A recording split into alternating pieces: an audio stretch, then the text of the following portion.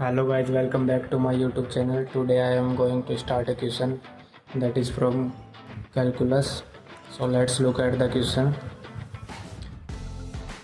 If x is a real number in 0 to 1, then value of fx is equal to limit m tends to infinity, limit n tends to infinity 1 plus cos to the power 2m and factorial pi into x is given by. These are the options A, B, C, D. 1 when x is rational, A irrational. 2 when x is rational or irrational. 1 when x is rational and 2 when x is irrational. 2 when x is rational and 1 when x is irrational. तो question में क्या बोला है, ये आपका question है limit m tends to infinity, limit n tends to infinity, ये आपका कोस है, इसकी पावर 2m है और ये n फैक्टोरियल है, पाई है, ये x है और इसमें x की वैल्यू रेशनल और इरेशनल पुट करनी है और जिससे जो वैल्यू 1 या फिर 2 आएगी जो आएगी वो ऑप्शन हमको टिक कर देना है।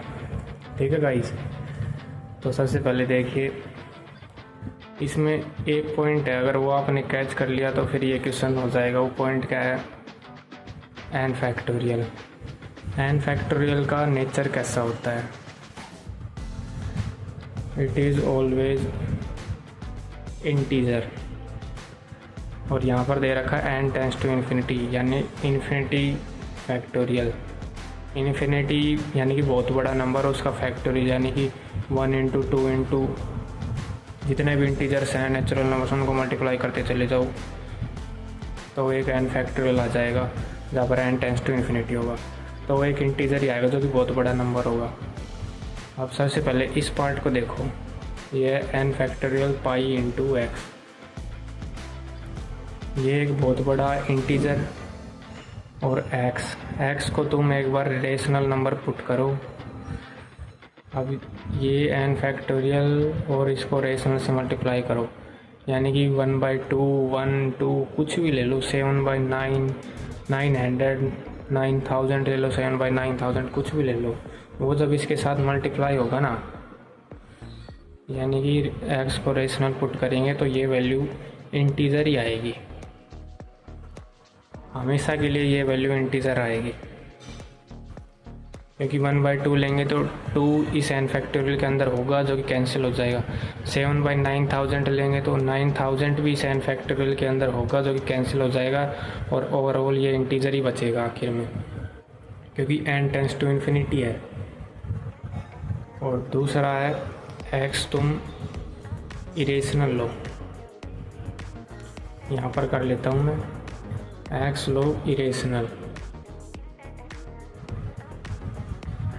n फैक्टोरियल एक इंटीजर है या फिर रेशनल कुछ ही बोल सकते हो। अब रेशनल को, ये एक रेशनल नंबर है, इंटीजर रेशनल ही होता है।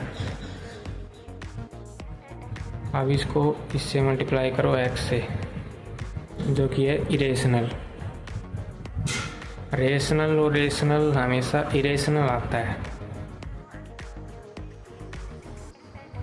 इरेशनल नंबर आता है जो कि मतलब कुछ भी हो सकता है। अब हमारे पास था 1 plus cos to the power 2m n factorial pi into x, ये था। ये इसकी दो पॉसिबिलिटीज़ आई है हमारे पास, एक आया है ये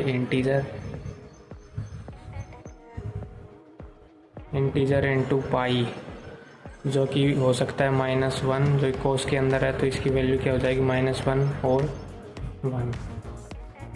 अब ये रेशनल इरेशनल आया, इसके अंदर इरेशनल पुट कर दिया तो यानी कि -1 एंड 1 को छोड़कर कुछ भी आ सकती है बिटवीन -1 एंड 1, यानी कि बिटवीन -1 एंड 1 ओपन इंटरवल कुछ भी आ सकती है।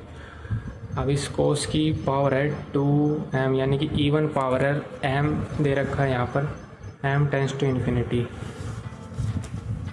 यानी कि अगर इसकी इवन पावर है तो नेगेटिव तो हो ही नहीं सकता, इसमें भी 0 to 1 कर दो और m टेंस टू इन्फिनिटी 1 की पावर ऑफ इन्फिनिटी करोगे तो वो 1 ही बचेगा और 0 to 1 के बीच में लेस देन 1 कोई नंबर होता है उसकी पावर इन्फिनिटी कर देते हैं तो वो एक 0 की तरफ ही हो जाता है, तो ये ओवरऑल हो जाएगा 0। अब यहाँ से हम एक्स जब रेशनल था तो इसकी वैल्यू आ जाएगी 1 + 1 यानी कि 2, और जब एक्स इरेशनल था तो इसकी वैल्यू आ जाएगी 1 + 0 यानी कि 1। ठीक गाइस, तो ऑप्शन में देखो क्या है,